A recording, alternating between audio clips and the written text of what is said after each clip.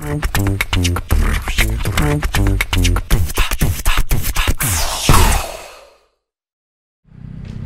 teman-teman, balik lagi di Sahabat Talks episode ke-21 bareng aku Ibet. Jadi hari ini aku seneng banget karena aku lagi bareng sama seorang musisi hip hop asal Purwokerto yang beridentitas Astakiri. Nah, jadi pada tahun 2002 ini, tepatnya pada bulan September, Astakiri ini baru saja merilis sebuah single dan juga musik video yang berjudul Kawone Era Sumungah. Ini merupakan rangkaian perjalanan menuju mini album perdana Astakiri. Jadi siapa sih Astakiri dan bagaimana sih single terbarunya? Langsung kita ajak ngobrol aja nih sama yang bersangkutan. Boleh dong Mas, perkenalkan diri dulu. Aduh. Halo. Nama Gula Astakiri. Udah Mas? Udah. Ya, jadi aku mau tanya nih Mas, karena pasti banyak banget yang kepo dan aku pun juga yang termasuk kepo sama siapa sih sebenarnya Astakiri. Dan juga apa sih asal-usul dari nama Astakiri itu sendiri? Kalau Astakiri itu awalnya karena simpel aja, karena aku itu kidal. Kenapa? Kidal, tangan kiri. Astokiri, Astokiri. Ya. Astokiri. Kalau dibacanya Astokiri, cuman penulisannya Asta. Asta. Asta itu dari bahasa Jawa, terus kirinya itu aku ambil dari bahasa Indonesia. Gitu. Jadi tangan kanan gitu ya? Tangan kiri dong. Tangan kiri. Kan Astakiri. Tangan kiri ya. Oke, terus kenapa sih Astakiri ini membawakan musik hip hop yang dipadukan dengan unsur Jawa? Emang itu nggak susah ya Mas kalau hip hop dipadukan? Susah banget karena ini tuh dua culture yang berbeda ya. Maksudnya hip hop sendiri itu aku adaptasi dari luar, memang itu kan musik setauku musik luar, dan ketika dipadukan dengan unsur-unsur Jawa, musik-musik Jawa yang kebetulan aku sendiri kan, ya kita ini kan di Banyumas ya, lebih tepatnya aku memang lahir di Banyumas, di Purwokerto. Dengan segala unsur yang Banyumas punya gitu, maksudnya kayak gendingan, terus segala macam apa itu, ketika dipadukan dengan hip hop itu sangat apa ya bahasanya, karena di luar sana kayak instrumen ya paling banyak ya pakai ini apa namanya, piano apa segala macam. Terus ini aku padukan dengan gending, terus dengan ada ya sound efek dari gong gitu apa segala macam, itu cukup apa ya, cukup membuatku pusing lah. Cukup membuatmu pusing ya. Nah, kan Mas Astakiri ini sebagai seorang seniman tuh pasti punya track record yang cukup variatif dan juga lintas genrenya ya. Seniman. Jadi punya project metalcore juga, folk dan juga hip hop. Apakah nih dengan rilis single ini akan mematenkan diri sebagai seorang penyanyi hip hop? Terus gimana dengan project-project yang lainnya? Waduh, ya itu kilas balik ya, memang metalcore dulu aku punya band metalcore juga. Itu tahun 2015 kalau nggak salah, 2015 ya 2015. Cuman bertahan sampai 2 tahun, aku memutuskan untuk keluar. Terus masih mencoba, cuman nggak ketemu sama temen ya. Terus akhirnya ke folk. Terus ke folk nggak jadi, udah. Itu sebenarnya sama aja kasusnya kayak di metalcore. Cuman itu kan memang aku sendirian. Udah berjalan 1 album, belum sempat rekaman selesai, terus filenya hilang semua. Jadi akhirnya aku memutuskan untuk ya udahlah nggak usah gitu. Terus awal setelah folk itu aku ke hip hop kan. Hip hopnya itu nggak langsung Jawa sebenarnya. Itu yang ini yang nggak aku expose memang. Dulu itu pas awalnya ini Rich Brian mulai booming, aku mencoba kayak gitu. Terus dengan gaya bling pakai jam emas gitu apa segala macam. Terus aku rasa berjalan 1 bulan 2 bulan kok nggak cocok gitu ya. Kayak aku tuh kayak lebay banget gitu loh, pakaian kayak gini. Nggak aku banget lah, intinya kayak gitulah. Akhirnya aku ya memutuskan untuk mencari, dan akhirnya ketemulah. Aku lahir di Banyumas, terus aku pakai unsur-unsur Jawa dipadukan dengan hip hop. Akhirnya ketemu lah. Ya akhirnya sekarang aku memutuskan untuk yaudah aku fokus di jalan ini gitu. Oke. Jadi apa sih Mas yang sebenarnya pengen disampaikan dari single ini, Kawone Era Sumbunggah? Itu panjang banget ya. Aku ambil beberapa aja ya. Oke, boleh Mas. Yang memang akhirnya diangkat di video klip itu, di musik video itu aku berbicara tentang DID. DID itu Dissociative Identity Disorder. Itu orang yang punya kelainan punya banyak kepribadian gitulah. Dan itu aku ambil dari ya aku sendiri yang berjalan dari awal metalcore terus folk. Aku ngerasa di situ tuh aku cocok banget gitu loh. Lah itu aku ambil di situ, ambil keresahan itu yang aku punya ya, yang aku punya pribadi. Akhirnya aku membahas itu di ID itu kalau secara Jawanya aku ngomong Jawa ya, nggak apa-apa ya. Pak ngomong Jawa aja. Nek bahasanya ya wong punya kelainan, orang punya kelainan di ID itu ngomai bocah-bocah siki sing sombong. Itu aku istilahin dengan jumawa. Oh iya, Bocah-bocah jumawa sing zaman saiki kayak ih nyong ke paling gie gitu. Ya nyatanya poh juga. Gitu. Nah, jadi ini gimana sih Mas persentase pembagian unsur Jawa dan lainnya baik dalam musikal atau dari lirik di lagu tersebut? Gimana? Jadi gimana sih persentase pembagian unsur Jawanya nih? Baik dari liriknya atau dari musiknya?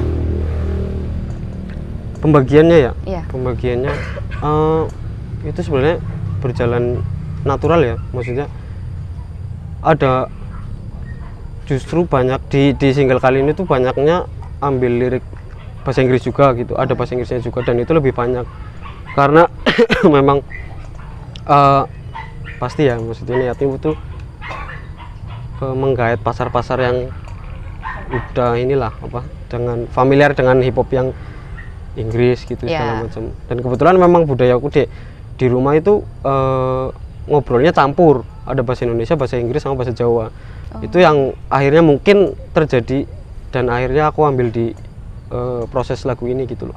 Jadi pembagiannya itu ada bahasa Inggris, bahasa Indonesia, bahasa Jawa, dan di instrumennya juga aku ambil ada drum trapnya, terus ada drum klasiknya gitu.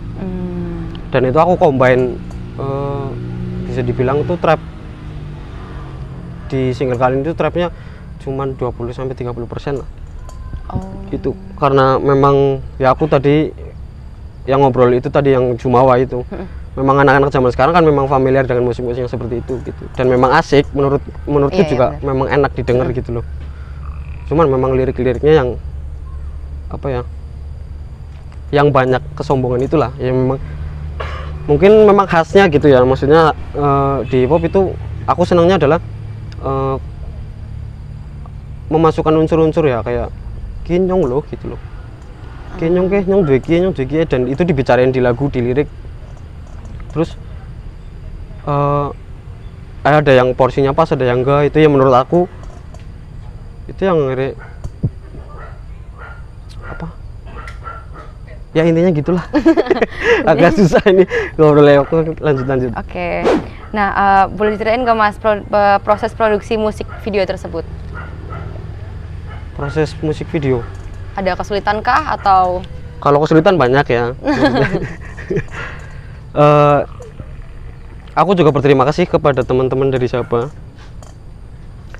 yang udah membantu pengerjaan musik video kali ini, terutama direkturnya sendiri itu sangat banyak membantu, membantu nyong lah ibaratnya. Dari pengemasan premis, terus yang dibicarain, terus pengerucutan segalanya gitulah, sampai akhirnya jadi tuh ya. Aku berterima kasih dari situ dulu. Kalau kesusahan banyak banget kemarin itu, proses itu kan 2 hari pengerjaan, dan itu ada kendala hujan apa segala macam. Nah itu cukup membuatku pusing. Banyak banget scene yang hilang, yang harusnya ada. Akhirnya nggak ada karena hujan itu sendiri. Terus ya banyak banget inilah apa namanya, banyak banget kendala, itu ambil aku buat pelajaran aku lah. Iya betul. Terus kalau misalkan pas ngepublikasinya pas baru rilis itu kendalanya apa aja Mas kalau biasanya kayak gitu Mas? Publikasi, kebetulan aku baru kali ini yang publikasinya ini yang bener-bener apa, bener-bener ini ya, bener-bener seserius ini gitu. Ya karena itu tadi apa, dibantu oleh teman-teman sahabat juga, makanya aku untuk publikasi itu beda banget sama sebelumnya. Kayak aku tuh cuman rilis gitu, terus ya tetap ngirim apa namanya, berita apa segala macam gitu, cuman nggak ini loh, apa, pokoknya beda banget lah sama yang sekarang tuh lebih terstruktur gitu. Terus ada konten-konten yang memang di up-nya banyak banget gitu loh, yang membuatku cukup sangat sibuk karena aku tuh kebetulan ngerjain sendiri segalanya gitu. Berarti ngedit semua sendiri ya Mas? Iya, iya gitulah. Kayak gitu. Pusing ya. Single ini kan juga merupakan pintu awal menuju sebuah mini album ya Mas? Iya betul. Boleh ceritain nggak tentang mini album itu tuh gimana sih? Itu aku kasih sedikit bocoran ya. Mini album ini aku target rilis sebetulnya kan udah berapa bulan yang lalu. Memang ada kendala, banyak banget kendala yang akhirnya aku mundur, dan aku insya Allah rilis bulan ini. Oh iya. Itu titlenya namanya Kawan Tilar Jagat Sarpo Kenaka. Kawan Tilar Jagat Sarpo Kenaka.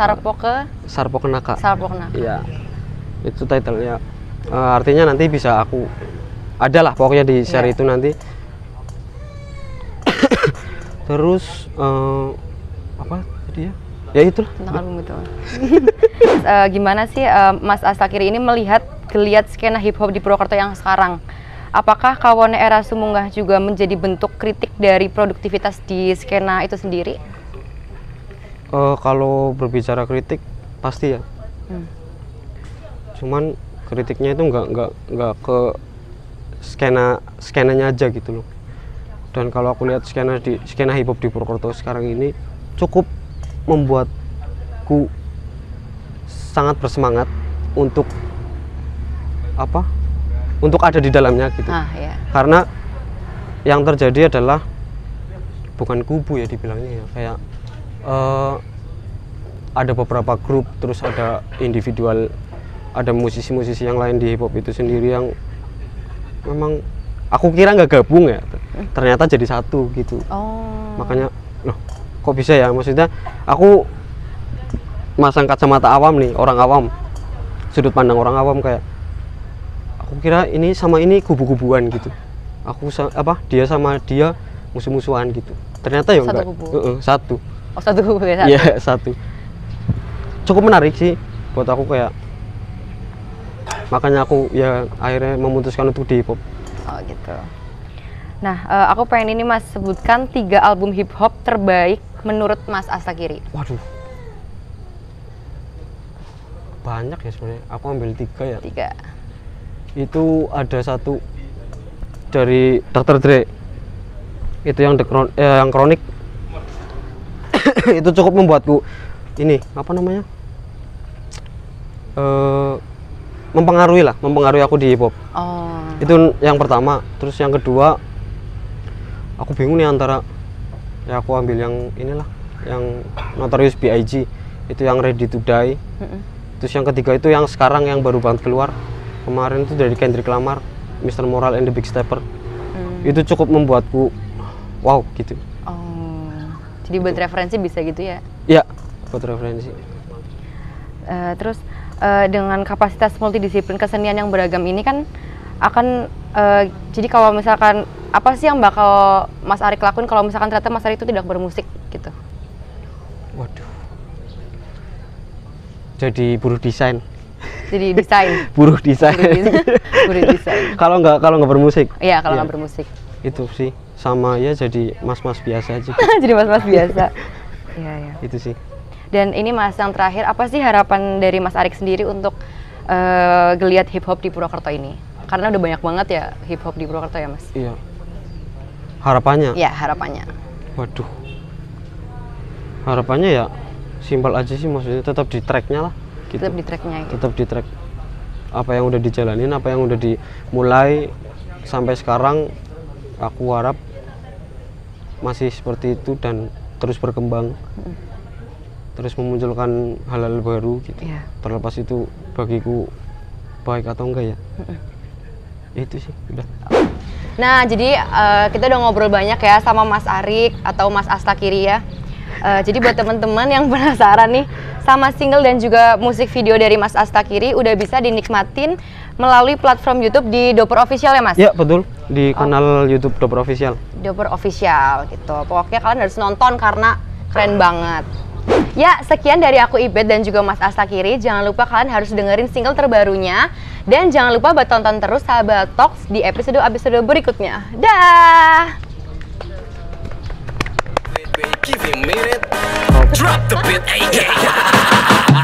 Saudari-saudara setanah dan sebangsa, siap santap pijakan kepada bumi yang perkasa. Aku hargai gaya-gaya Anda yang memaksa, tapi tolong ucap kita berbeda walau dalam satu playground yang sama. Monolog tertancap masuk. この番組はご覧のスポンサーの提供でお送りしました。